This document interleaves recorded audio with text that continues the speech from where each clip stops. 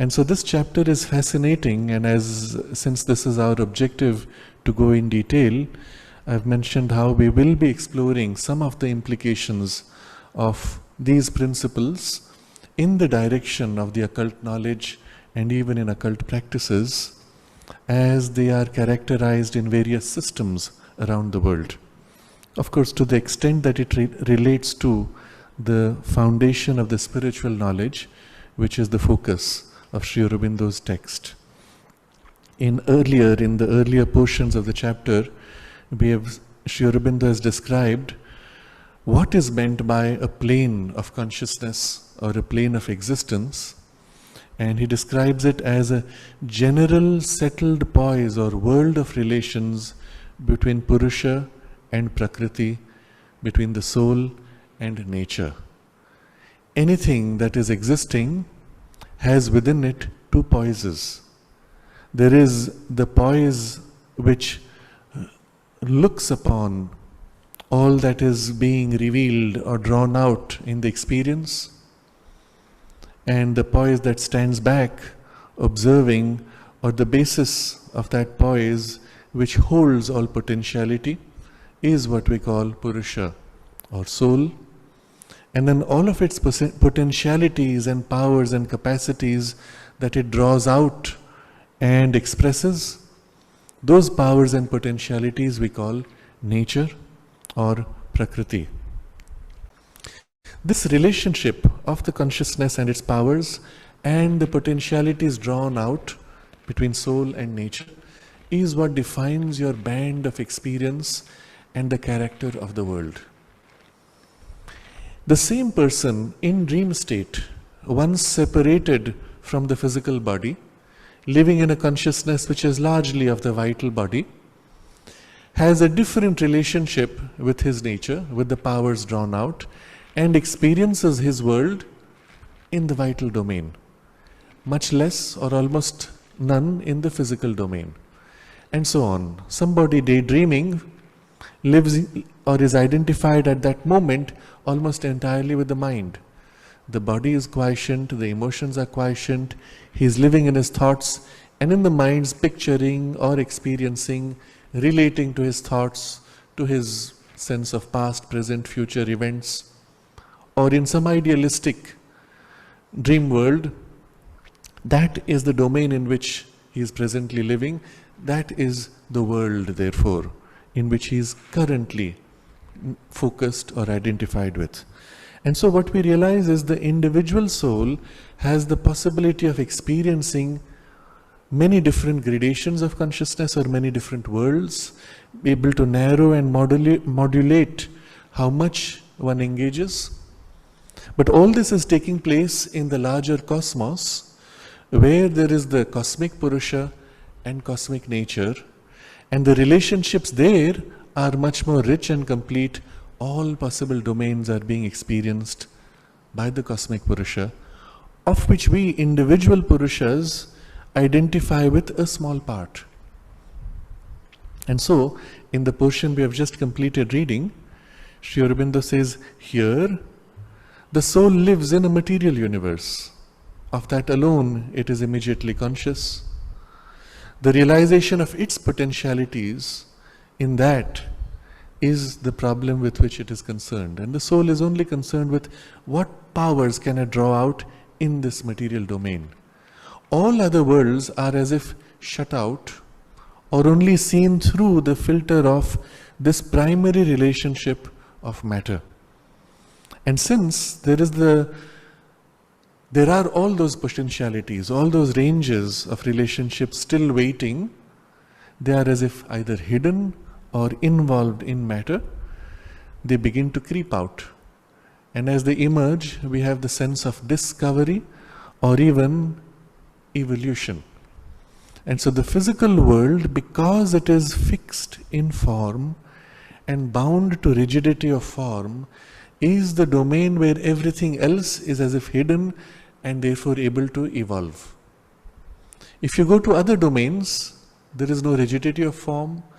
Whatever their characteristics, they more freely flow, and you do not have the same experience of evolution there. We have also seen the same rigidity of matter binds and limits and constrains the very sense of purpose that the soul has in matter. Sri Aurobindo pointed out earlier that finally the relationship of the world or the experience of the world is dependent on how nature relates to the three things, the three characteristics of the soul: its existence, its conscious energy, and its experience of delight. The way nature sets up relations with these three things defines the character of the world. And in the physical world, it is its existence which is given the sense of material form. The energy is as if contained inside matter, as if hidden inside form, and the sense of delight is almost completely obliterated or hidden so deeply that only a little bit of its spurts of delight can barely come out. And this makes for the experience of the physical world where everything is as if bound. And the whole point of it, therefore, if it is bound, is for it to emerge. And so the purpose of life in the physical world is this liberation or coming into self-knowledge and self-delight. And this has to be the highest goal of life in the material world. Except that everything in the material world resists, opposes, delays, weakens these possibilities. So it's a world of adventure. But Sri Aurobindo points out that this need not be the only relation. There can be other relations of Purusha with Prakriti. And so he moves to the description of the next level or plane of consciousness, which is the vital world. But before that, a very important point which was made earlier, which we saw, that the fact that we are constrained makes for the dissatisfaction of humanity. And if the material universe was the only thing existing, then there would be no hope, because matter is so rigid and limiting. What is it that gives in us the hope of fulfilling, of growing, to become more? And he points to four things. There must be either worlds in which he is liberated from these incomplete, unsatisfactory relations of Purusha with Prakriti, or planes of his own being by ascending which he can transcend them, or worlds, beings, planes higher from which he can receive or be helped to knowledge, powers and joys. One of these should always be available. If these were not, there would be no hope. And then he says all these things, the ancient knowledge asserts, exist. Other worlds which are outside in the cosmos, higher planes within us, the possibility of communication, of ascension, of growth by contact with an influence from that which is above him in the present scale of his realized being. These three things are necessary if there is to be any growth, and you will see all growth in the physical life finally boils down to something of these three. If you remove these three, then we live, or we continue to live, as merely thinking animals. Bring in these three and there is immediately the growth that begins. Of the three, the third is the influence that comes from higher planes, other worlds, or even higher beings. And through that influence, through that contact, we experience some growth. And this is extremely important in human history. Without any conscious effort of humanity, through these influences, things come into the collective life of humanity. Those influences coming lift humanity, sometimes as a whole, sometimes in a group, sometimes an individual. They lift momentarily, open to some higher possibilities, or work through that contact and influence to manifest those higher possibilities. All the great things that human beings have ever done in history have been because of such an influence. And this influence can happen even if we are not conscious of its source or even of the influence. Suddenly, a person is seized with an idea, with an inspiration, and does something extraordinary, and that's it. All the rest of his life, he may be a completely normal person, but at that moment, in the point of contact of that influence, something extraordinary is done. But this is just a general factor. Always the secret source of all the great things of humanity. It is also the secret source of some of the most horrible things. Because equally the influence could be dark and could bring something negative. But the other two, the possibility of other worlds and higher planes, are not directly within the realm of the human experience. The fact of higher planes we may briefly glimpse, and when we begin to make an effort to access them, then we begin the proper process of yoga. If we do not make that conscious effort, there is no conscious yoga. At best, there is an unconscious yoga of nature. The influences that come from above may awaken us to that possibility, and then we may begin to make an effort. But this already requires something of our personal effort in order to be able to grow. The fact of higher worlds, other worlds, is even more distant because we cannot experience them directly. At best, we may say we experience them in states of dream, at night, while sleeping. Occasionally, as part of the yogic process, if we seek to ascend in consciousness, we may have glimpses of those domains, but that's about all. These are the three things by which the human evolution is driven forward. Now, having set this as the background, Sri Aurobindo smoothly moves now to what are these higher worlds like? And he takes the immediate next world. If the physical world is world of form, where existence is as if bound and dependent on matter, the vital world we discover is so different. Here, the energy, the drive, the power aspect of consciousness is the primary thing. And we read the first sentence last time, but we will now go into more detail.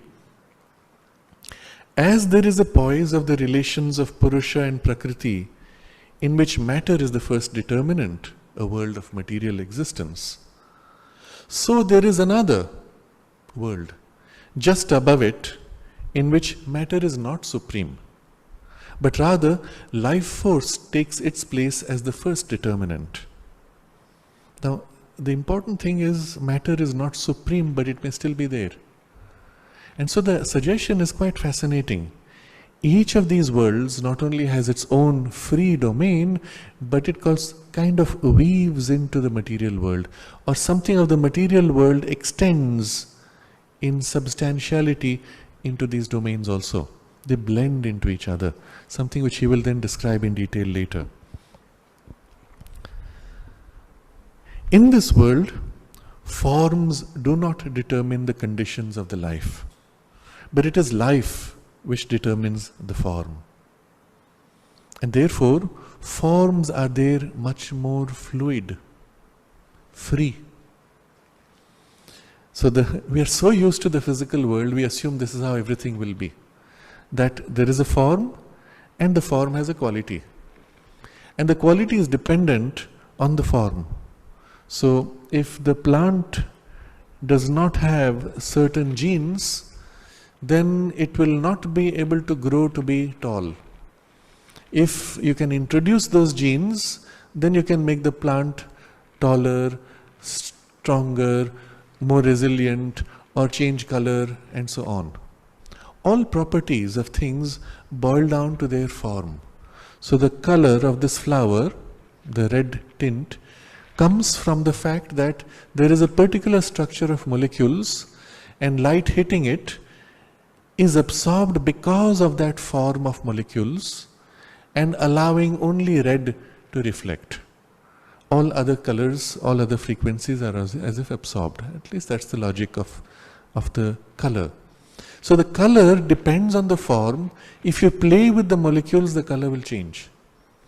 In the vital world, it's reversed. Rather, the quality of color, the quality of red is first. Because it has quality of red, the form takes on a certain pattern. And that pattern is fluid. It can, color red can express in many different ways. So look at a more distinct example. A human being is strong, can lift a heavy weight when his muscles are strong and large and thick. So you look at the body and you can say, this person is strong. But when the person tries to lift, he says, I can't lift more than 5 kilos because I have an illness of the nerves which prevents me. It gives me pain when I try to lift. But I couldn't see it because your form was so strong looking. In the vital world, the thing reverses. You have the strength. It doesn't matter what your form is. In fact, the form expresses the strength. So when I express my strength, my form may take a certain shape, which may have a bloated muscle bulging. But when I choose not to express the strength, then the muscles may simply flatten down. The form is actually dynamic, it swells up. Or I may choose to express strength without the bloatedness. And so my form takes a quality of great strength, but the shape doesn't change. So I look thin, supple, maybe perhaps there is a sense of fragility and subtlety in the shape, but you can feel the energy which is strong. You've seen human beings like that also. They look deceptively fragile, but when they act, you have this unusual strength physically. But if you look from a distance, the body shape does not tell you what strength they have. But if you become very quiet and feel their energy, you can feel, this person has a great force of vitality. In the vital world, it will be the reverse. You will first feel the hit of the vital force. Wow, this is a strong form, being. And then the form may be bloated muscle or not, does not matter, because it is fluid. So, in this world, form does not determine the conditions of the life, but it is life which determines the form, and therefore forms are there much more free, fluid. They can change. A good example of what it feels like, or how we would represent it visually in form, is what you see in cartoons. Now you will see, again, I go back to the example of Tom and Jerry as a cartoon. So, let's say it's a mouse and a cat. That's the game. I'm taking this example because most of you would have seen it at some time or other. So when the cat is reaching out to catch the mouse, you will see the movement of the arm stretches out. The arm literally stretches out and whoop, grabs and pulls. This gigantic, dramatic movement of pulling. Characteristic of the vital energy, which is expressed in the movement of the form. You see, physically, because you're showing in a cartoon, you can stretch things, but physically it would not have been possible. But the movement of the vital energy is captured in this movement. And you feel immediately this largeness of the vital. And then when the same cat is now afraid, it becomes small, it shrinks, it becomes flat, loses color. The same one becomes happy, bright, fresh color, bubbling energy. Size grows, expands. Physically also, some animals express this in gesture. When they're afraid, they shrink to a small size. When they are angry, they bloat out. But it's an attempt in form to match the shift of energy of the vital energy or the vital body. If you think about it in this way and begin to observe all the forms in the physical world, you will notice that finally the physical form is as if blocking, preventing the free expression of the vital. But the vital is pushing against the form and trying somehow to stretch it. You see a human being who is depressed, shrinks down, looks down, slumps, all the muscles go like that. Literally the physical size seems to shrink. The same person, when he's happy and excited, blooming, you can feel the energy bursting out, widening. But the energy body is able to do that. The physical body only follows as much as it can. Now think of the implications of this. If the energy body is pushing against the physical body, and the push remains consistent, not for a few minutes, not for a few hours, but for days, weeks, months, years, what will happen to the physical body? It will tend to shape itself to match the physical tendency. Every physical illness can be traced back to a pattern of life force in the vital body, which is represented in the very nature of the illness. So the physical body, we can even see, is almost like a concretization of the movement of energy in the vital body. If you can correct for things in the vital body, eventually it will settle in the physical. Eventually, there's a time lapse involved always. If there is a distortion in the vital, eventually it settles in the gross physical and becomes permanent in the body shape, because that's the nature of matter. You correct it now internally, this may still continue and take a while before it ripples out all the way. But if you can impose the vital energy into the body, you can speed up that whole process and make it change rapidly. And so we enter this exploration now, not only of the character of the vital body and consciousness in us individually, but the whole realm of the vital world, which is made of this grade of consciousness, of this relationship of Purusha and Prakriti. So here you see, unlike in matter, where everything is bound in matter and as if dependent on matter, here everything is expressive of life force, particularly that aspect which is force of consciousness, which is what life force represents really. So therefore, forms are there much more free, fluid, largely, and to our conceptions, strangely variable. First of all, they are largely variable. What that means is there can be huge shifts. The flower could suddenly become big or could become small, but strangely variable. And that's where this whole idea of the experiences we have in dreams takes place, where we will read from an example mother narrates, the tiger becomes the cat. How did that happen? It's not possible physically. So we say, it's just a dream, it is unreal. Or it's a hallucination because the form changed, just like that. Or it's a hallucination, not real. No, that's not true. It is not possible or real to the physical domain, but it is the normal character of the vital domain. So everywhere where you see forms changing, forms fluid, you know that you belong, or you're looking at something which belongs to the vital plane. In fact, all of the cartoons you will see for children are representations in physical form of realities of the vital plane. Of course, a very limited representation. And it's one of the reasons why one does not wish the cartoons to be really of very educational value. At best, they expose the child to the vital realm, not to the deeper psychic or spiritual possibilities. But, well, because it gives you a world where you're more free, more fluid, it's like a freeing up from the physical world and entering into something at least a little more large.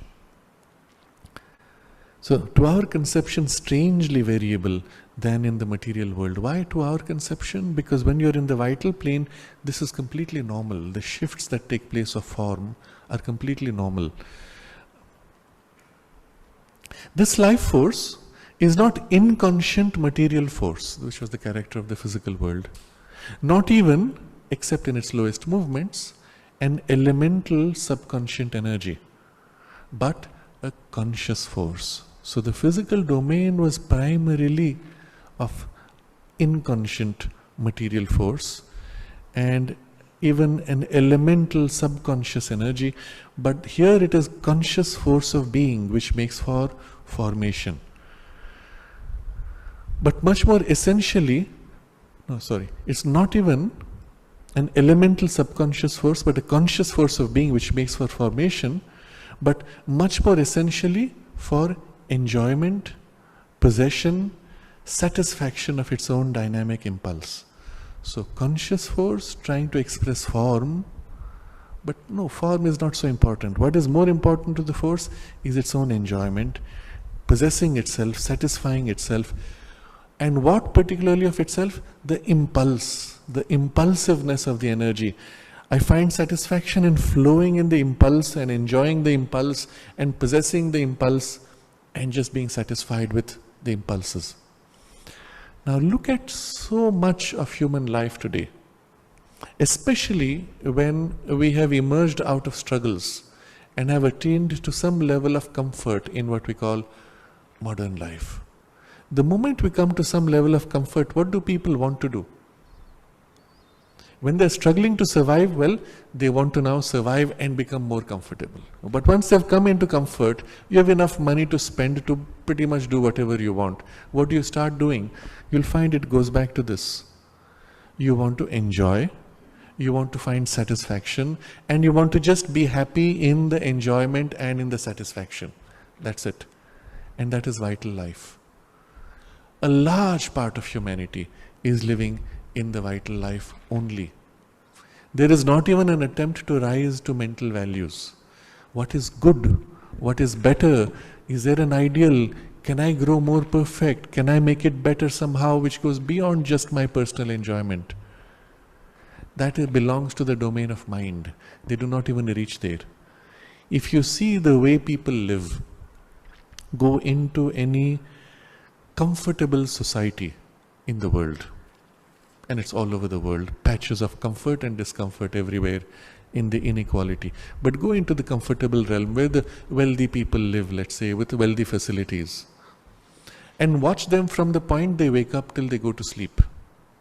You will find at every moment the primary drive is the enjoyment, possession of enjoyment of the impulse and satisfaction of the impulse of whatever impulse comes out from them at that moment. And if you question where this impulse came from, it's disorienting. Why do you want to do this? I want to. This is what is important. You say, but why don't you do something which is better? It doesn't interest me. This is what gives me satisfaction, and I stop with my personal satisfaction. And this is so deeply rooted, it's how animals live. The difference is that as human beings, we have the power of thought subjugated to this impulse. And so we live like animals with the power of thought which serves this impulse only, not serving a higher ideal. So this is the bulk of humanity, but this is also the nature of the vital. Desire and satisfaction of impulse are therefore the first law of this world of sheer vital existence. Now he will characterize the vital world in itself, sheer, but the same vital also leans into the physical, leans into the mental, has a turn to the psychic and even a turn to the spiritual.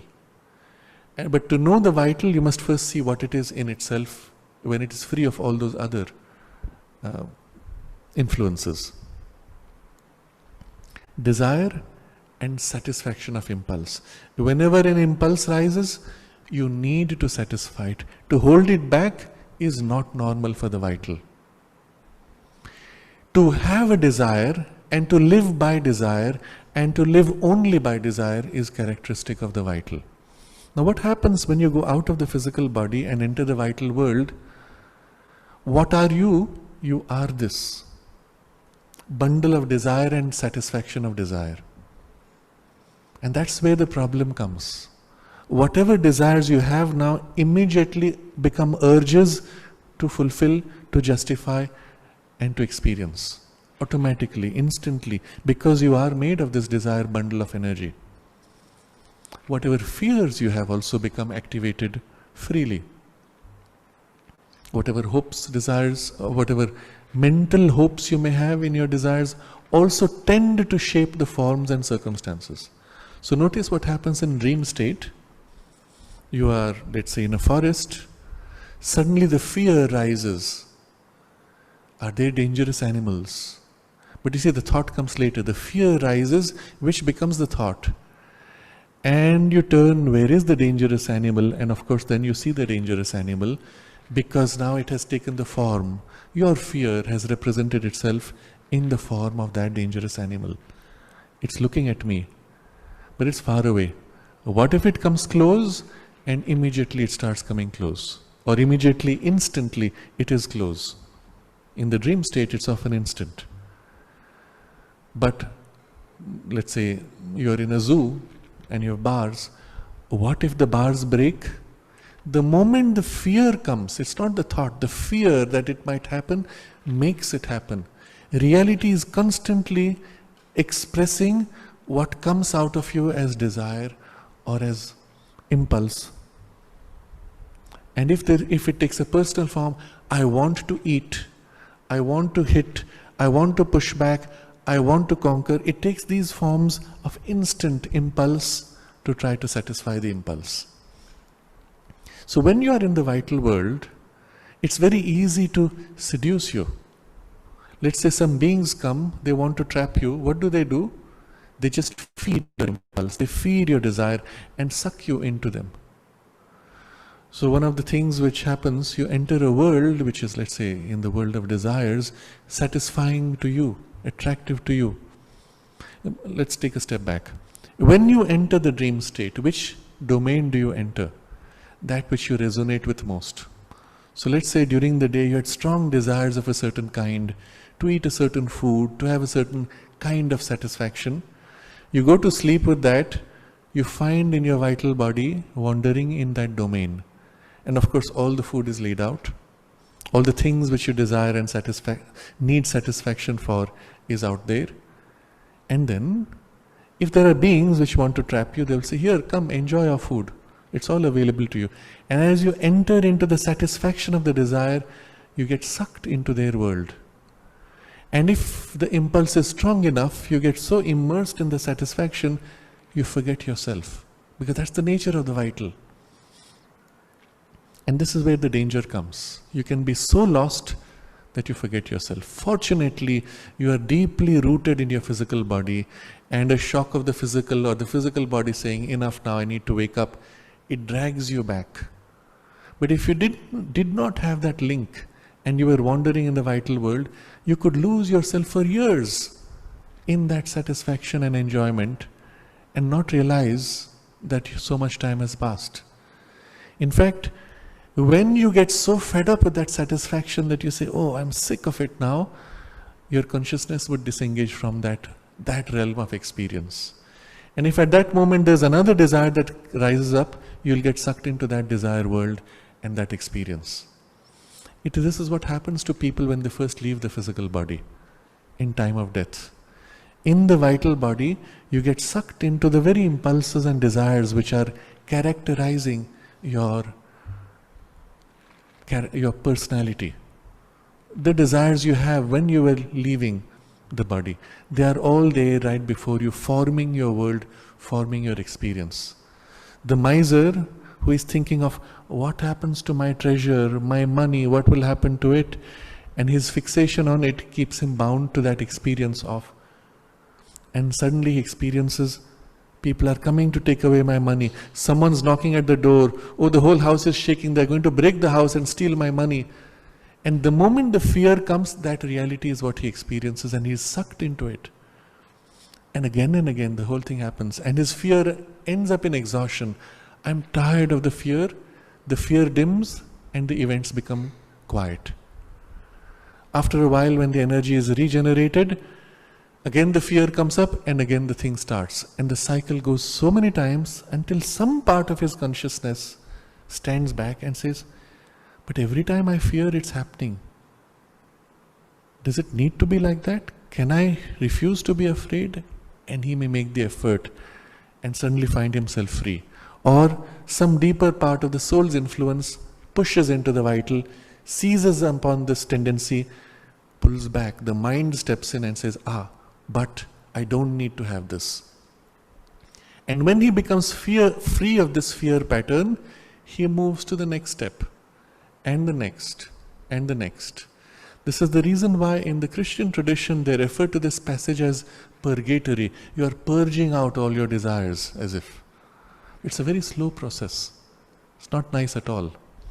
If only you could go straight to something higher.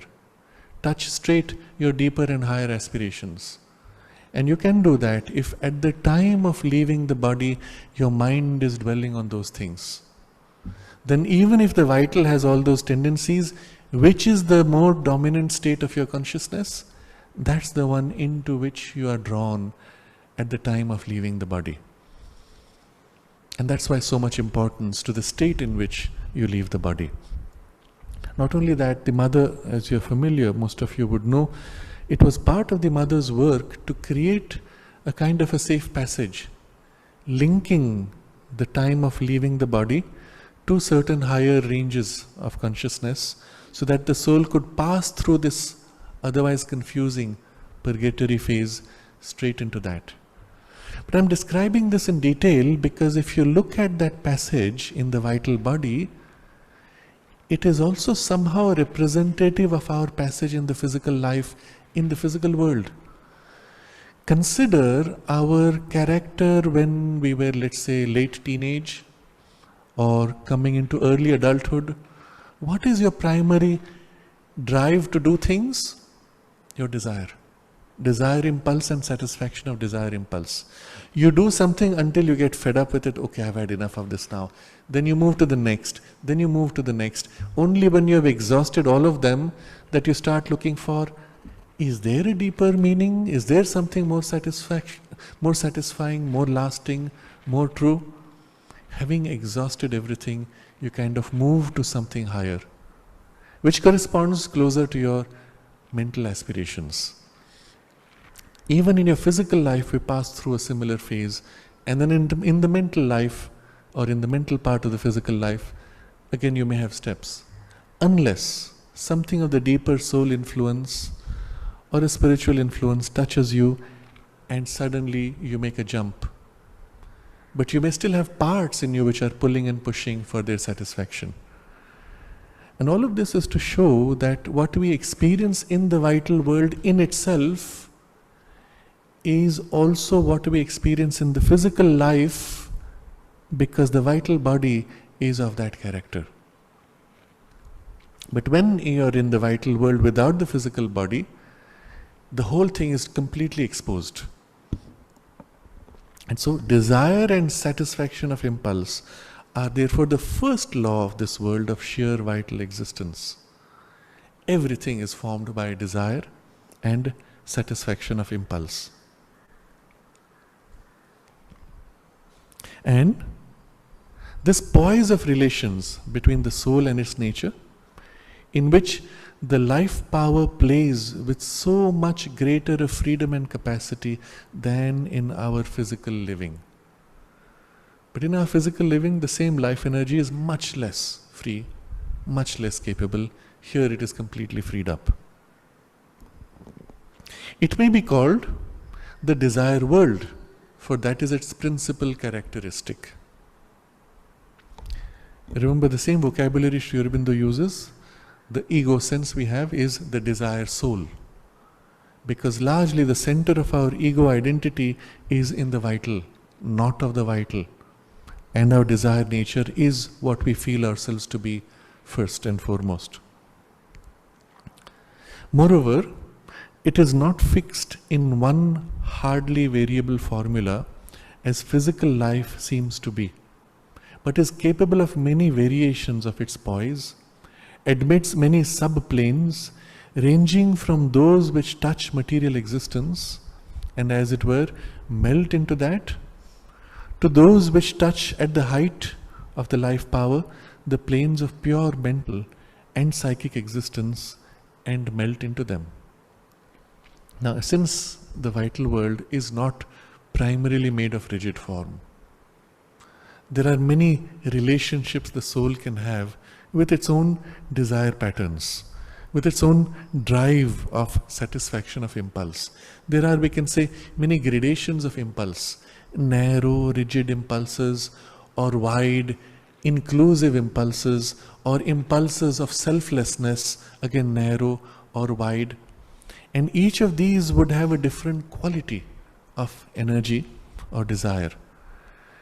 And the soul can have a range of such variations, And according to the range of variations, you can actually experience the whole world differently. And this makes possible a great fluidity in the formula of formula, meaning the way forms are cast.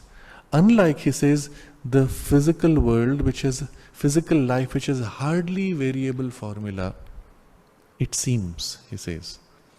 So I'm going to explore this a little bit. In the vital world, let's say, you live in this very narrow, dark, dull passion, heat of passion, and the experience of the world is narrow, dark, dull, heat of passion. You rise into great clarity, selfless, joy, wide, embracing, inclusive energy, and the whole world is this clear, bright, wide, even loving in its expression. And so you can have a full spectrum of domains of this kind, depending on the state of consciousness. In the physical world, you cannot do that. I'm feeling low, the whole world becomes grey, to my personal subjective experience. I'm feeling bright and happy, all the colors are somehow brighter. But since it is a much more rigid formula, I can say, oh, the world is grey, but you will say, no, it's bright. You are just depressed. So the range of variation is very small, it's not so objective. Actually, he says, it seems. In fact, subjectively we do feel this variation, but also there is an objective variation because your physical senses also widen or narrow. When, for example, you are more bright, more cheerful, more happy, your hearing becomes sharper, your sight becomes also more keen, and there is a expansion in the band of experience, or a narrowing and dulling in the band of experience. But it's not so obvious. We are still pretty much in the same objective space. If you want a completely different experience, you have to carve out a different space. So you go into the ocean, it's a different experience. You fly in the air, it's a different experience. You go to the top of a mountain, the vibes are very different. In a forest, it's different. But they are physical locations because forms are fixed. But in the vital world, you do not need to go to places. Right here where you are, you can shift your state and experience the vital world differently. And so you have the experience as if many gradations of vital world, many planes and subplanes, and you can as if tune into them. You do not have that in the physical world. Physical world, you have to go to different locations to have that kind of separation of experience. So, it's capable of many variations of its poise and admits many subplanes. And the range he gives, at the lowest, it's as if the vital world turns more and more to the realm of form. The energy which is free now as if binds itself into the form of its expression, and it approaches the physical and melts into the physical. This phrasing he uses is very suggestive, which touch material existence and as it were melt into that. And on the other side, to those which touch at the height of the life power, the planes of pure mental and psychic existence, and melt into them. So touch and melt into them is very suggestive. What it shows you, what he is describing here, are some of the planes which merge into the physical as if. So the vital energy becoming more and more densified, more and more rigidified, approaches a point where it's almost of the same character as the physical, and you actually share in the objectivity of the physical world. So the vital body, free completely, would probably not see this thing as it is. It will see an energy of flower, energy of another thing. Energy is mixing, blending into each other. But when you shift down to the lower gradation, you actually see the energies concretizing and being bound in form. The difference though, you're still more in the vital world. So I still see this flower, it is red, but when I look at the flower and I concentrate on what the flower feels, or I speak to the flower, this flower moves. And it moves actively. The petals move and wave at me in that vital gradation close to the physical. Or the flower now starts growing large and it develops eyes and a mouth and speaks. I say, wow, what is this? I must be in a dream, or I must be on drugs. And that's actually the connection you will see shortly. Or the flower now takes on a very different form. It takes on the form of a creature. And the creature now, depending on the relationship of fear I have, the creature may now grow large and say, I'm going to eat you up. And it starts chasing me and I start running. Anything could happen. The form is fluid and yet there is this form. Or simply, I might find the flower melts and flows like a liquid and moves around. Now these are all descriptions which you will find are common to people who have taken certain drugs. And in the first experience of the drug hitting, you still see the physical world, and then in the physical world these vital gradations now begin to be accessed, very close to the physical world. And so it's still the physical objects, except now they start changing form. And all these descriptions which I made are common to those who have taken those kinds of drugs. But what it tells you is, all these planes are accessible to us as we are in the lower ranges of the vital. And often in dream state, these are the ones that we tend to wander in. Depending on our mood, they may have a darker slant or a brighter slant. But that's about all. They're still of that denser grade. We rarely go into the pure vital plane. If you enter the pure vital plane, forms become so fluid as to become almost meaningless. And at that point, your dream has those weird kinds of experience where I was feeling this great happiness, and then this happened, and then I was somewhere else, and then I was somewhere else. Forms are as if somehow immaterial, just series of emotional states that you wander in. And those are difficult to remember, because we're still used to thinking of things in terms of forms. And when you transcribe the memory of that dream, you tend to bind it into form. But most of the dreams are in this realm of the vital as it blends into the physical. Most of the access from below through drugs is also in this domain.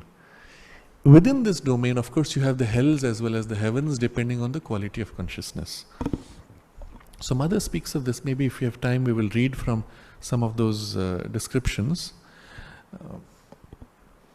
On the other side, as it enters the mental domain, what happens there, it's as if touching thought and awareness of thought. And there you find you are much more conscious, less driven by desire. You have desire, but first you have awareness which moves into desire. And there you can control things much more easily. In the vital plane proper, you cannot control things unless you are a master of your desire. And this is the reason why the vital world is so dangerous. You enter there, all your desires are exposed, and you just become helplessly a toy of the impulses. But if you enter the mental domain, you must still have the part of the vital which has desire, but with awareness which is more strong than desire. As in the physical body, form is more strong than the life impulse. So you are protected. So too in the mental plane, if awareness is stronger than desire, you have a desire, but you have the ability to restrain, to hold back, or even change your states of desire. And those are the realms also where often we have dreams, where certain experiences of some insight or knowledge, some problem which you had before you went to sleep and you have a solution, you see it in some form. You will recall the famous incident in science where a chemist was looking for the solution to the molecular structure of the benzene ring. And he couldn't explain it because they were looking for chains of molecules and it wouldn't explain the character of benzene. And in the dream that night, he saw a large number of molecules holding hands and dancing in a circle. And he woke up and he said, yes, it has to be a ring, and that solves the problem. This is typical of the vital mental bridge. So the desire was his drive to know and to feel, to experience, and then the mind was the awareness content in it, which represented that in the ring form, that was enough to get his solution.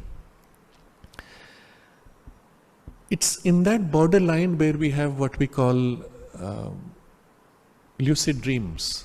Because the awareness is higher than the desire impulse, you are not an automaton of desires. You are aware and can restrain and modify desires. But the moment that starts happening, one tends to slip back into the desire part and again submerged into the automatism of it. So if one had to train to be able to consciously explore these worlds, you can see obviously the first requirement would be complete control over your emotions and your thoughts. A kind of a practical self-mastery of emotions and thoughts is essential if you are to be able to safely wander those domains. Otherwise, you are just a victim driven by the impulsiveness of your desires, or you cannot even enter the higher realm of the mental vital regions to become conscious enough to navigate. So in the practices involved in many of these occult schools for training you to go out of the body, the first training they give you is in daily life. To be conscious at each moment of your emotions, of your impulses, of the desires, of the thoughts. First step is, of course, to be conscious. Second step is to be able to modulate, moderate. And I have a desire, I redirect it consciously, give to it a purpose and direction which is higher than instinctive. As long as you are in the instinctive bundle, in the dream state you will be a victim of the instinctive pull-push. You will not awake to the fact that you are conscious. And so the desire itself should never be allowed to flow.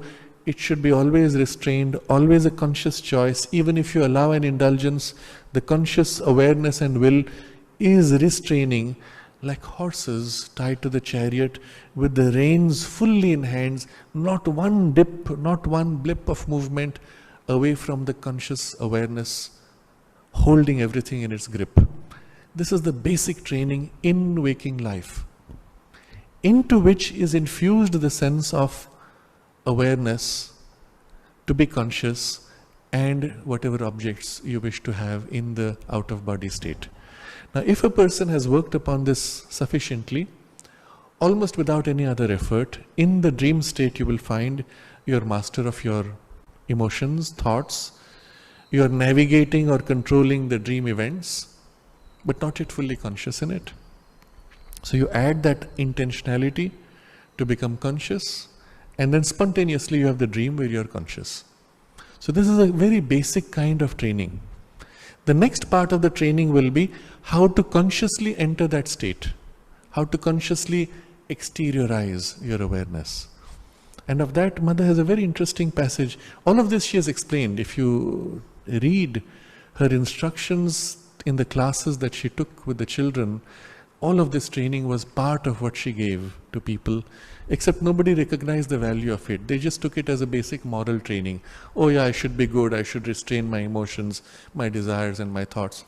No, it's much more than that. It's a base of self-mastery which gives you access to a much larger realm of reality. So the next part of the training is to be able to exteriorize, and for that Mother explains how you do it. First she says, you should be able to focus all your awareness on a single grade of consciousness. This is interesting. What is the grade in which we live normally? If you observe, it's a wandering mix of many planes. In a large part, like I said, the impulse of desire. I'm sitting and the desire impulse comes, let me switch on TV. I'm sitting, desire impulse comes, let me open a book.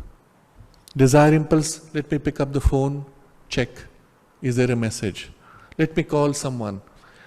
The desire impulse came up and you followed.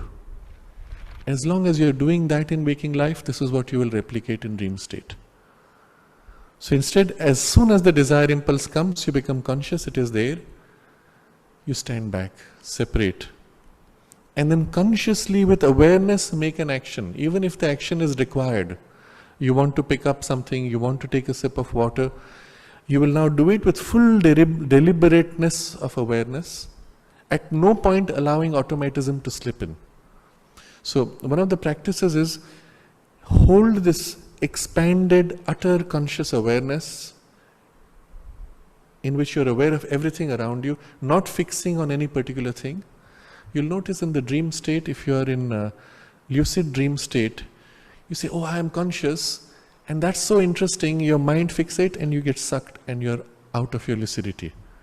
So in your waking state, you train to remain fully aware of everything equally, not allowing your attention to fixate on anything. Okay?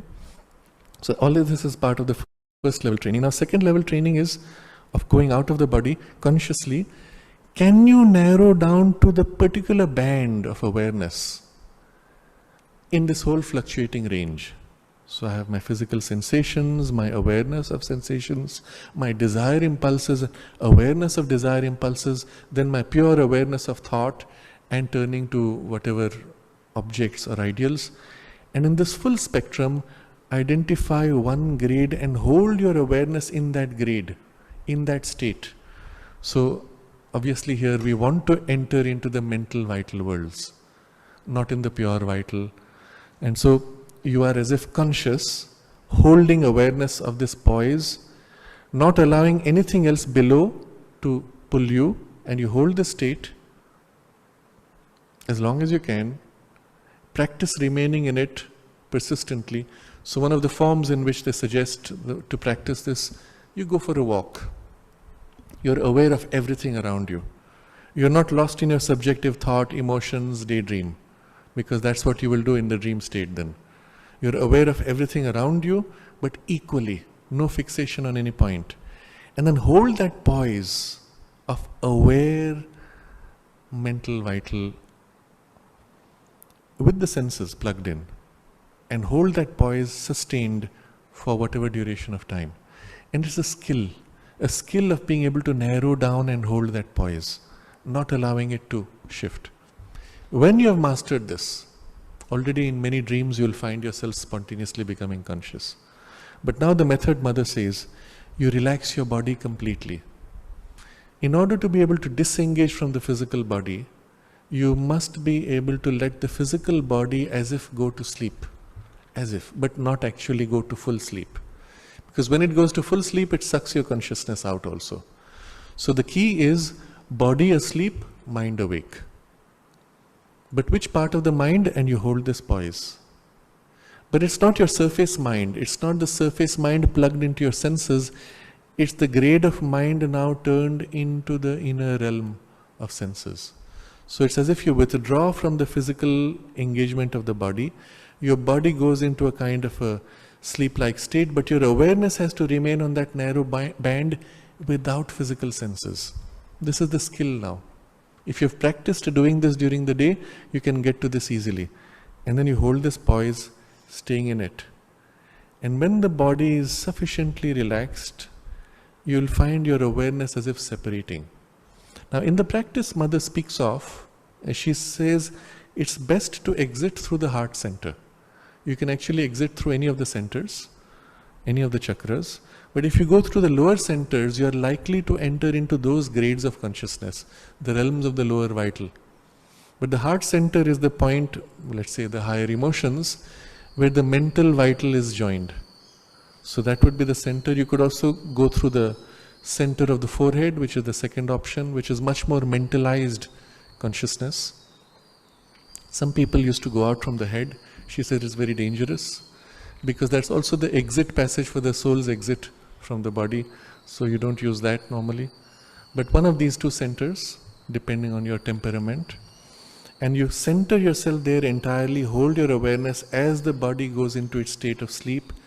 Your awareness is no more plugged into the physical senses, and you as if extend into it, the pure grade of awareness, your senses open into it. That's when you find yourself in the world. Now what's interesting is, you chose a certain grade of consciousness to enter. You could modulate that. So you could choose to enter in a slightly lower grade or a slightly higher grade. depending on the state that you hold in yourself, the thought, the aspiration, the images of reference which you use. So in the occult schools, they teach you to associate states of consciousness with symbols. So they will speak, for example, of the world of the wind element. So you actually conceive of, picture, hold these images, these words, these sounds, these colors to focus on that domain. Or something else will be the domain of the fire element. But these are very indirect methods of associating a domain with a symbol.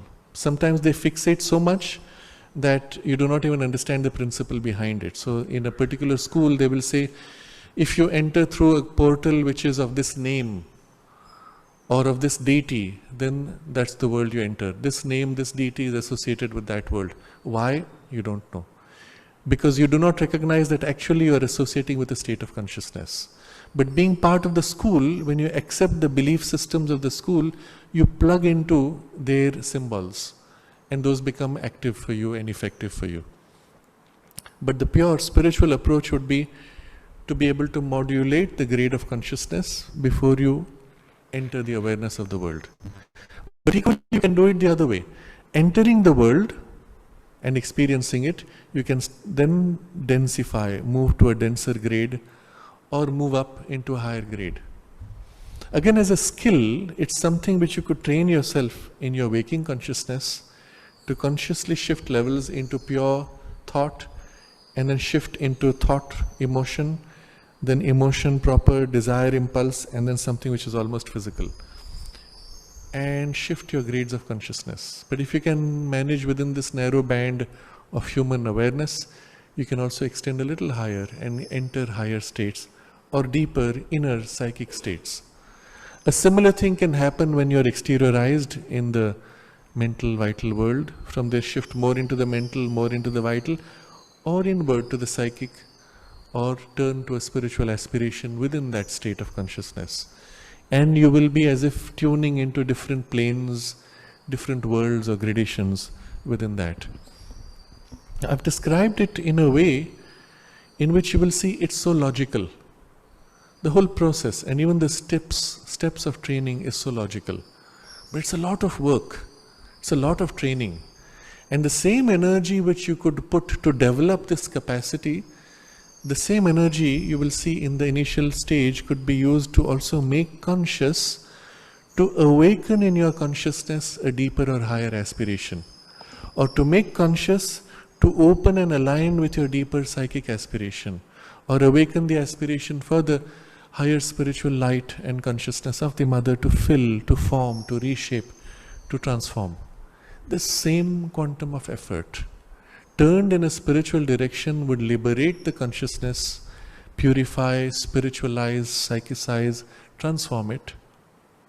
Or with the same effort you would develop a capacity to access and develop skills of entering and experiencing the vital mental worlds, but with no obvious change in spiritualization or psychicization.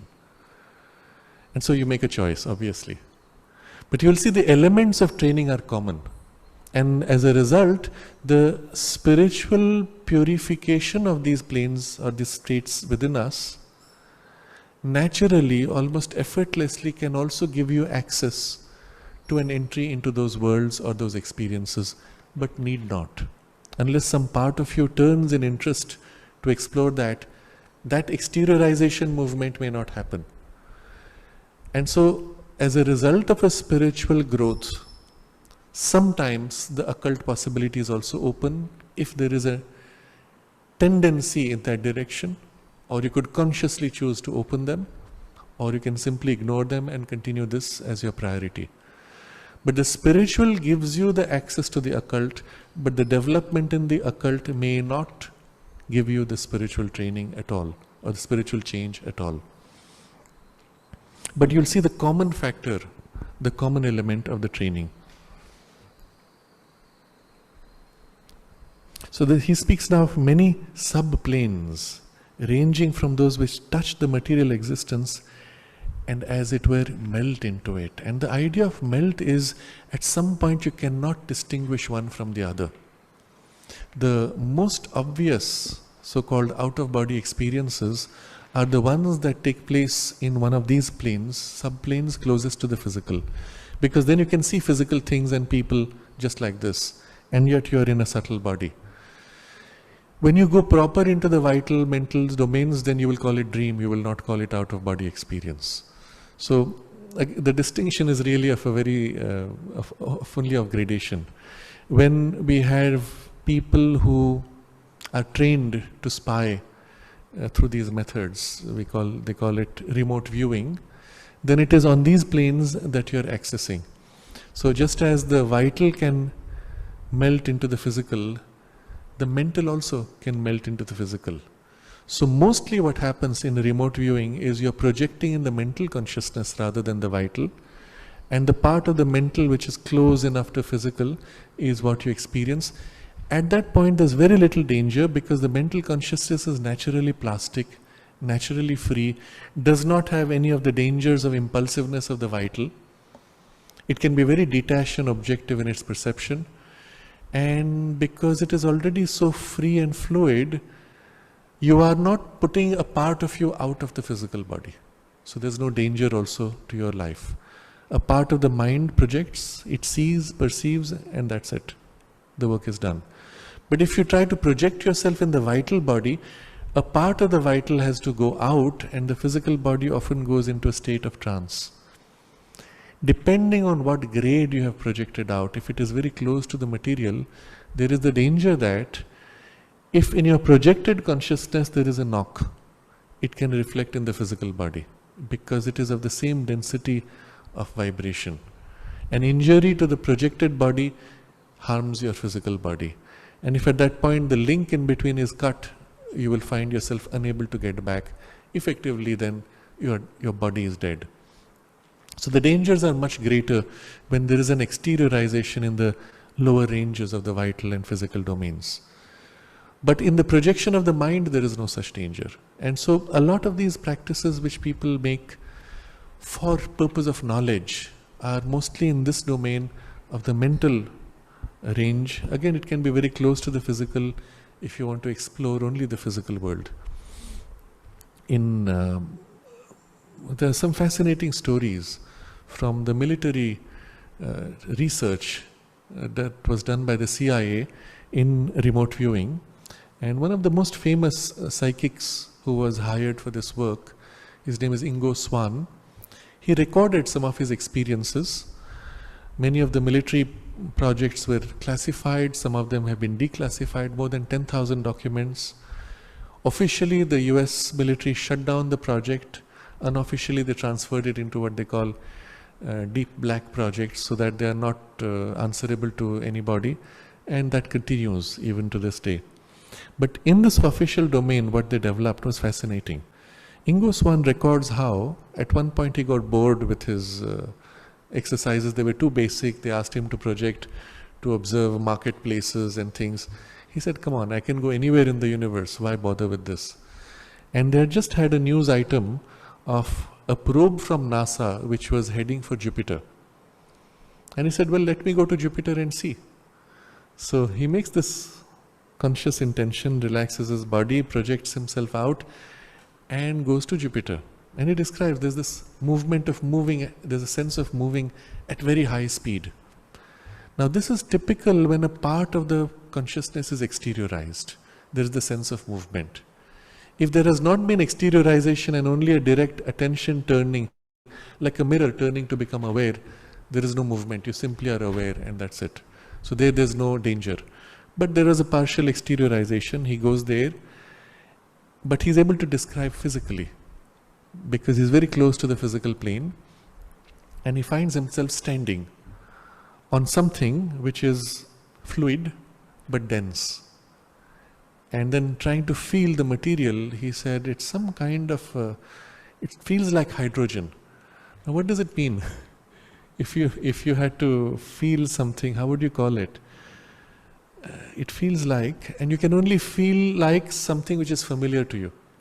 This feels like, this feels like standing on marble. It feels like I'm standing on plastic because you've already had the experience. How does he get to feels like hydrogen? So either there's a strong intuitional component, or there's a part in him which recognizes by familiarity the vibration of that substance. But it feels metallic, he says. Then he looks up and he sees almost like a band of crystalline, diamond-like dots sprinkled around in the sky. And so on. He describes, if I recall right, 12 different, very distinct things like this. Later the probe reaches, I think about a few months later, and out of those 12, 7 were confirmed. Subsequently, in the coming decades, a further 3 at least were confirmed. So 10 out of 12. And among them was the confirmation that the surface of Jupiter has such a high pressure that hydrogen itself is squeezed until it becomes metallic. And the scientists now describe it as metallic state of hydrogen, which forms the physicality of the dense part of the core of Jupiter. And he also describes how in the distance he saw mountains. At that point, scientists said it's not possible. There is nothing hard, no persistent rigidity. It has to be primarily liquid or gaseous. And much later, a few decades later, they confirmed, yes, there are in fact portions which are mountainous and with rigidity that stays mountainous and so on. So it's fascinating as an experience. A similar thing he describes also projecting himself to the moon and seeing things on the moon, then on Venus and Mars. In certain cases, when he projected himself on the moon, he even found beings, human-like bodies who were working there, some mining operation going on, obviously extraterrestrial. And in one case, when he found himself projected, he was looking at them, and out of curiosity, he approached this person, wondering what is he doing. And the person turns around and looks at him straight and points to him and shouts, "There's somebody here." So that person had the ability of perceiving someone else in an out-of-body condition, recognizing him. And so the fear in Ingo Swan was so great, he pulled back, came back, and that whole thing was shut down. The military asked him to stop this experiment. But what was interesting is,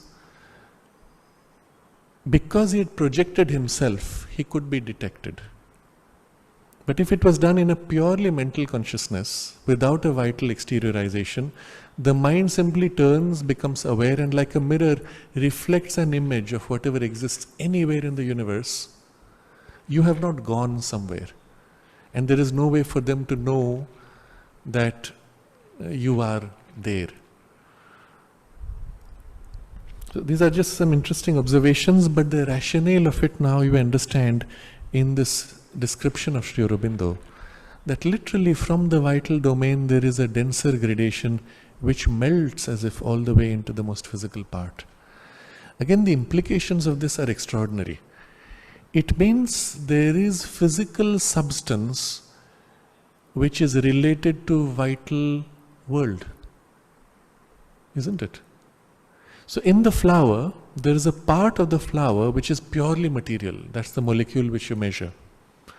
But there's a part of the living part of the flower which is equally as if connected with vital substance, or belongs partly to the vital world while still forming the flower. If you think about it, it makes a lot of sense. What makes for the flower to be alive is the life energy. You withdraw the life energy, the whole flower will just wither and die. Physically, its weight does not change. But something has gone, isn't it? So there is a vital, as if substantiality, or a physical world which turns to the vital, or the vital world which melts into the physical. And there is a gradation in between which is vital, physical, which makes for the physical basis of life in the flower. Now, if that substance is depleted, the flower will wilt. If that substance is amplified, the flower will be fresh and bright. Now, if that substance also connects to something still higher gradation of a spiritual influence or a vital or a mental influence, it can even shape, mold this substance, which is vital, physical. Mother comments on how She would give the flower, somebody holds it, and within half an hour the flower has faded. Other people keep the flower, they hold it, it stays fresh for hours. And it has obviously to do with that vital energy and that particular grade of vital energy. Now here we'll touch upon a few more interesting connections. Mother speaks of the power of materialization. Now you can understand how that would happen.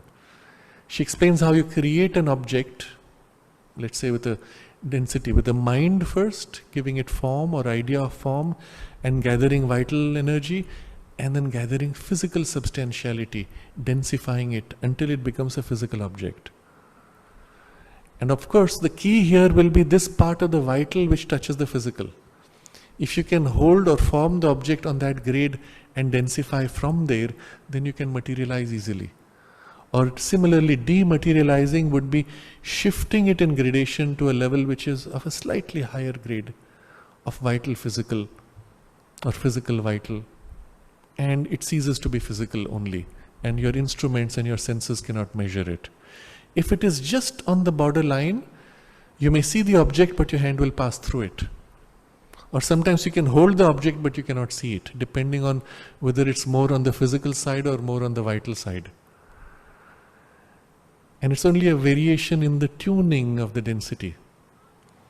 And then Mother says something interesting. She says, people who have an affinity with snakes, or rather, she says, people who have this ability to materialize have an affinity with snakes. Why does she mention that? In the snake consciousness, there is a gradation of energy which is very close to this vital physical. In fact, the physical form of the snake is nothing but the materialization of pure energy or force. You see, in the vital plane, if you remember, remove all sense of form. There's only energy and emotion and impulse of emotion or energy, life force. How does an impulse of life force reach out in relation to something? How would you feel it? It goes straight, or if there is resistance, it pushes its way through resistance. That's the way the snake moves. The snake is literally a physical articulation of this character of the vital energy working in a very dense grade. Every animal, remember, represents or expresses a particular grade of consciousness. And its whole body, function, form, relation with the whole forest ecosystem represents that grade of consciousness. And the snake represents particularly this grade, very close to matter, therefore. It stays on the ground, lives inside the earth, very symbolic even in its working, moves in this slithering form, has no projections of arms and legs, which are all energetic projections finally. It is only a single one-pointed energy. Now you'll see in movies, often in fantasy movies, they will show you this. Somebody shoots an arrow and it goes like a snake, or they shoot a snake and it goes and hits a person. In fact, this is a representation of the experience in the vital. In the vital world, if a pure energy approaches you, the most obvious way it is represented to your perception is a snake form. So that's why in the dream state we say snakes symbolize forces. But the quality of the force, the quality of consciousness of the force will then appear in the variation of form. So a snake which is very dark would represent a dark force, closed to light. Whereas a snake which is, or a force which represents a higher impulse, would appear like a golden colored snake. And the feel of it, the vibe of it would be very different, and so on.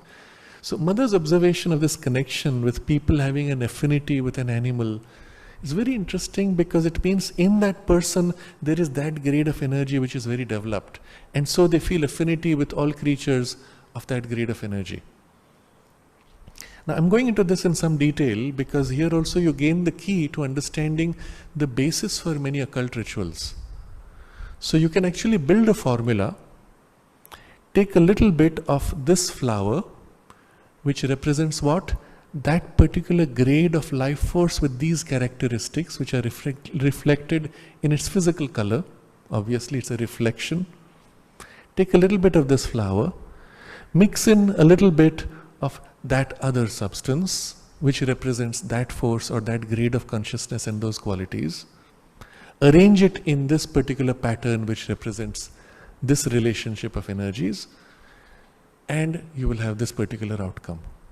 That's the logic of most of the rituals. Pick an object which associates with a particular grade of consciousness. Arrange the object in a way that represents a particular alignment with other energies or grades of consciousness, and you have created an experience in quality of consciousness, force, and therefore its material result. Very simple. So snake in this case would have a very specific representation in the symbol. There is I do not, unfortunately, I never went into too much of these kinds of formulas. Many of them are pretty murky. But there are some things which are more spiritually inclined. Those are more obvious to look at. The flower, which Mother has named Power, red, bright. Why does she name it Power? Because it represents the psychic vibration turned to expressing power. And the flower is the part of the tree which represents its psychic consciousness in the quality that is power. Obviously it is red because that's how power represents itself in the physical domain. Interestingly, is precisely the flower that is offered to Durga during Durga Puja, because it represents the aspect of power of Durga. Similarly, the white color physically represents a particular quality of consciousness, of purity. And so every color has, as if corresponding to it, or rather is reflective of a psychological quality. And when you see the flowers as Mother has named them, it's consistent. The colors are consistent across all the flower types and variations. Now tomorrow we could create a flower. You could take a flower which does not have a white color and genetically modify it to have a white color. And what you will find is it expresses that same quality which was there before, but in its aspect of purity. Or if you entered the flower consciousness and amplified that particular quality of consciousness by willing it, the flower would grow to become a white of the species. Interesting. You could go both ways. Tweak the form in the physical world to express that particular quality of consciousness, or tweak the consciousness in the vital world and the physical form would have that particular quality. So the rationale for most of these, let's say now we want to create rain. What is the gradation of consciousness of the rain energy which triggers rain energy? The beings which play on or cause rain are of that grade of consciousness. What material in nature corresponds to that vibration? Pick up that material. What represents the process of condensation which makes for the precipitation of rain? Introduce that experience on that material. And then you have created rain, or you have at least triggered those forces which create rain. And there's always an element of intentionality. Where, when, how. The mind infusing that intention, of course, has a huge play in the whole game. There was an interesting incident I had seen, I had read of, in a book of a Native American medicine man, as they call it, healer, spiritual leader, we'll say. And he had a natural affinity with thunder. And so he was given the name Rolling Thunder. And it was often the experience, whenever he was around, people would hear thunder in the distance, no clouds in the sky. But he demonstrated one thing. He said there's a particular beetle, I believe it is the dung beetle, and he said there's a strong affinity between this beetle and lightning. So he demonstrated, and it's recorded in the book, he flipped the beetle upside down, and with a feather. Now the feather is very important because that's his tool of action. And the feather has to be taken in a particular way in their system. But you see, the point is not how they got the feather or what feather. It represents his tool of willpower on the symbol of the beetle, which has relation to the lightning. And with the feather, he tickles the belly of the beetle. And the author of the book records every time he scraped the belly of the beetle with his feather, there was a flash of lightning in the sky. Flash, flash, flash. Literally as if the sky is connected with the beetle. So obviously there's an element of intentionality linking, but this is the link point which is easiest to connect to. The rationale is so obvious once you begin to look at it in terms of gradations of consciousness. Even in the physical world, if you wanted to guide the lightning as electricity, well, you would use a metal which is conductive. So you will say, this metal has affinity to contain or to carry that particular energy. If you think in those terms, all the qualities of physical materials are just that. They are vehicles or containers for gradations of consciousness and their forces. And when you make a physical arrangement, in my electric circuit I have put copper to carry the lightning, electricity. The magician will say, your physics is nothing but a very narrow application of my knowledge. You have used copper, obviously copper has an affinity with that. And your physicist will say, oh no, copper is a conductor of electricity. What are you saying? It's the same thing in different words. But in words which are narrow and reduced in a perspective that is very reductionist. The truth is, copper is conductive because it has affinity to electrical energy. And that's why it's conductive. You can look at it from the other way, top down rather than bottom up. So what you see is physical science is a very narrow band of knowledge of a much broader, we may call occult science, which is itself only an articulation of this larger spiritual knowledge, which Aurobindo is pointing here in its most essential form and revealing its most essential aspects. Now, I have gone quite far from the simple line of multiple levels melting into matter, but it was a purely logical chain. Some of these things which I have already spoken of, he later develops in more detail. He speaks of how all the planes of existence blend into each other, and which makes for an extraordinary continuum. There are no sharp gaps in nature. Everything blends into everything. And this has such extraordinary implications. But for now, we stop with this idea that in our physical body, there is the part which is purely physical. There is no such thing. There is largely physical with very little vital and mental. So we call it purely physical. And then there is the purely vital, again, blended with other things. But then in between there's a whole range of gradations of substance which are vital physical and melting into each other literally. So there's actually a substance which has a character of physicality, density of physicality, but it is mostly vital physical substance. And when this substance, or rather this substance is critical to the health of your physical body, when this substance is depleted, your health will tend to degrade, all the cellular functions will tend to decline, be less effective, less efficient. But the same substance is also under influence of your mental awareness. And so your thought patterns will shape its, which can accumulate, can direct, can change its quality. So if you concentrate on your palm, focus on a particular point in the palm, feel that and put into that feel the intention to heat up. And you concentrate for a while, after a while that part begins to become warmer. Why? Because your mind awareness influencing the vital substance acts upon the physicality of it until it has a physical result. But you could equally feel the warmth in the vital substance only and with no physical result.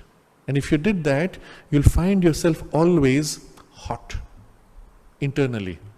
But physically your temperature is normal, and it may lead to even problems of a certain type. Or the sense of heat you could simply reshape to experience a sense of energism, vitality, optimism even. It's a kind of a heat, but a more lit up heat, a light of heat rather than hotness of the heat. And we use the word tapas, which is a more specific term. There's no equivalent in English language, which contains both the light and heat concept, and you can modulate between the two. The whole thing is tapas. So content of tapas increasing, you could shape it as heat or light and even bring it to a level of physical density to change the body temperature.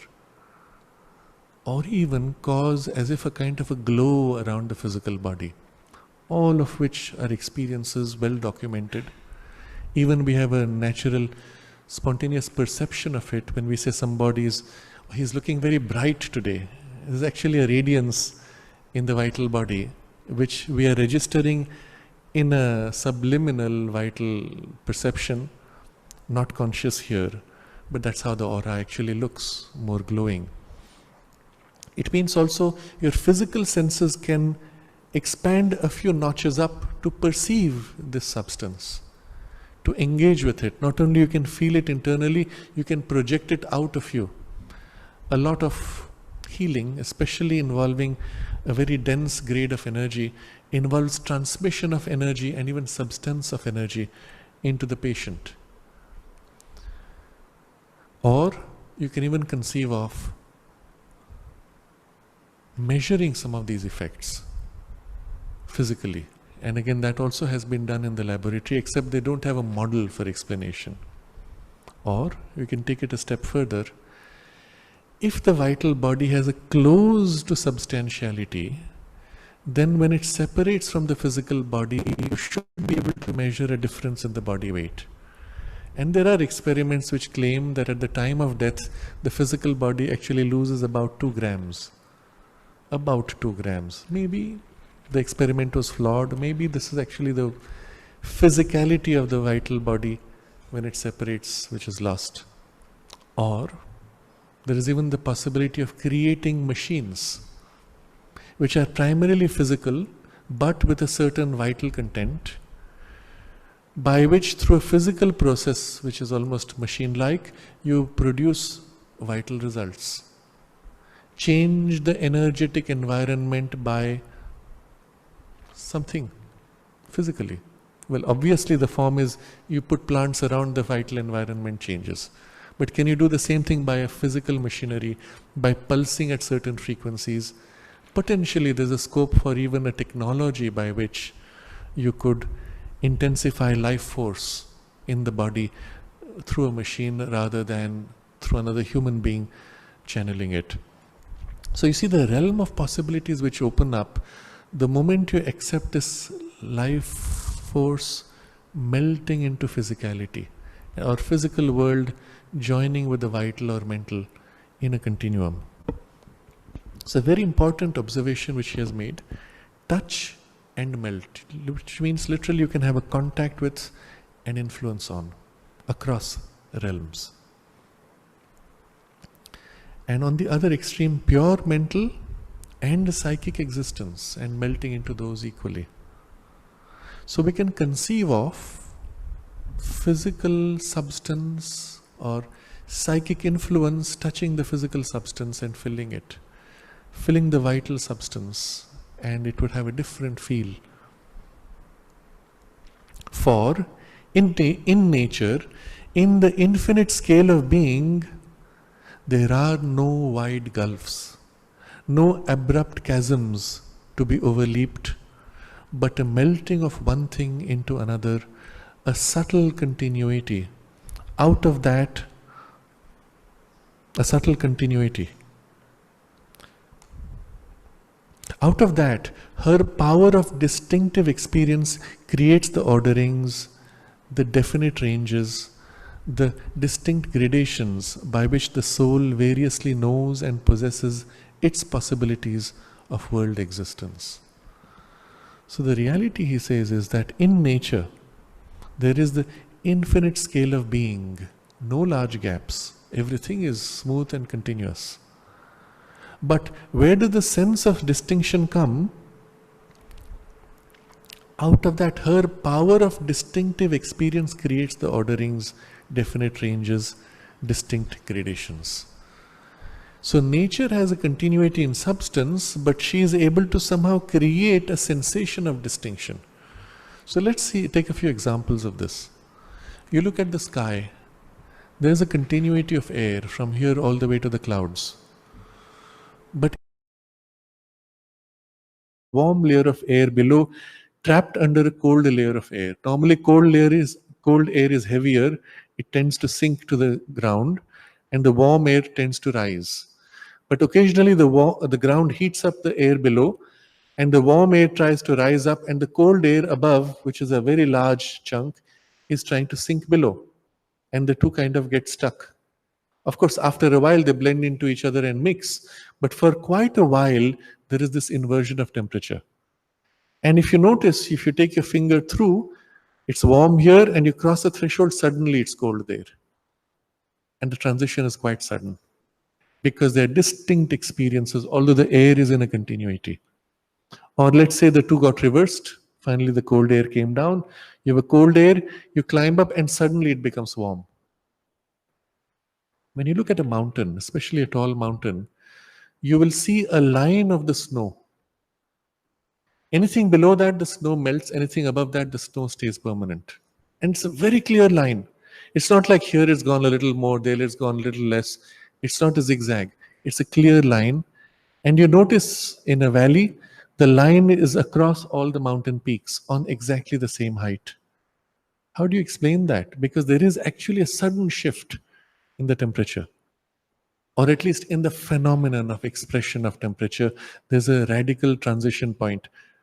Although the air is the same, although the air is moving from one to the other. If you observe also the formation of a cloud, it's fascinating. In such inversion layers, there's a cloud starting at a certain height.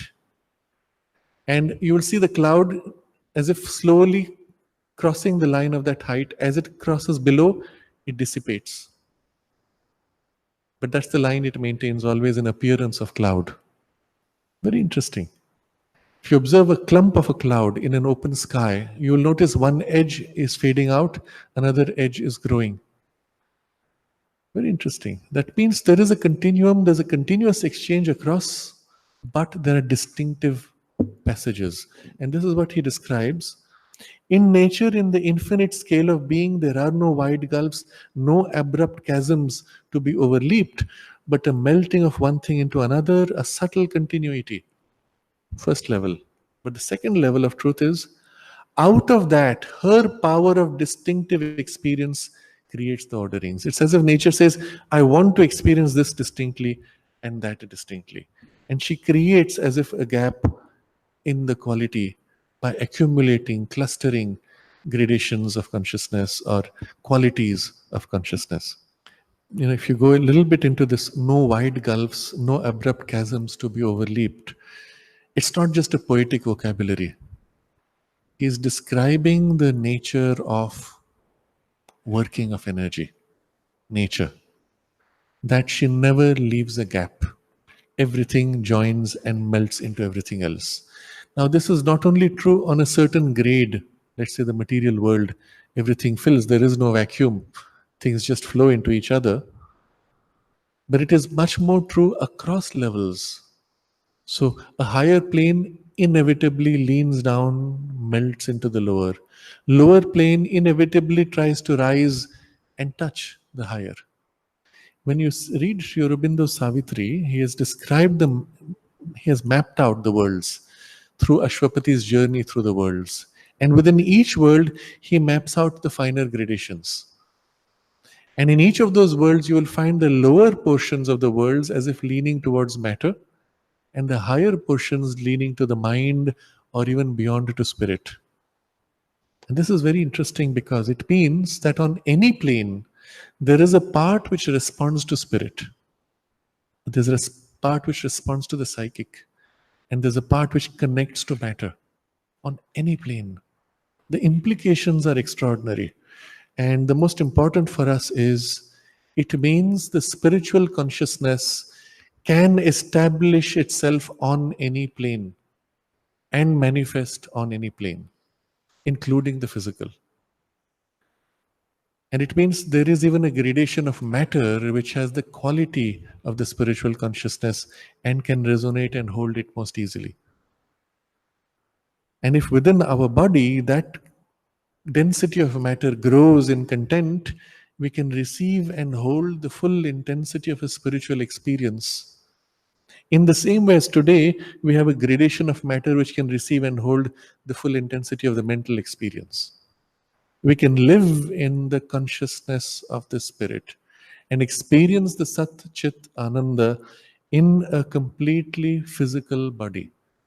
But it would mean the physical part of the matter which is able to enter in relation to that should be sufficiently refined and developed. And maybe that part of the evolution has not yet fully completed, which is why it is so difficult. But it just means it is possible and it must happen eventually.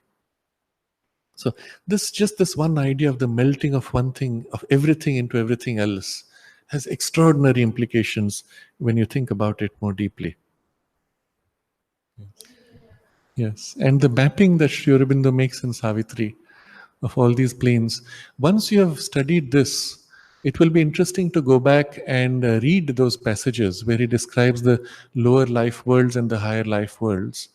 And you'll see how he captures not only the quality of consciousness, but also the way the forces work, what are their primary drives, how they influence human affairs, their limitations as well as their strengths. And he maps out at each of these finer gradations, even of the vital worlds.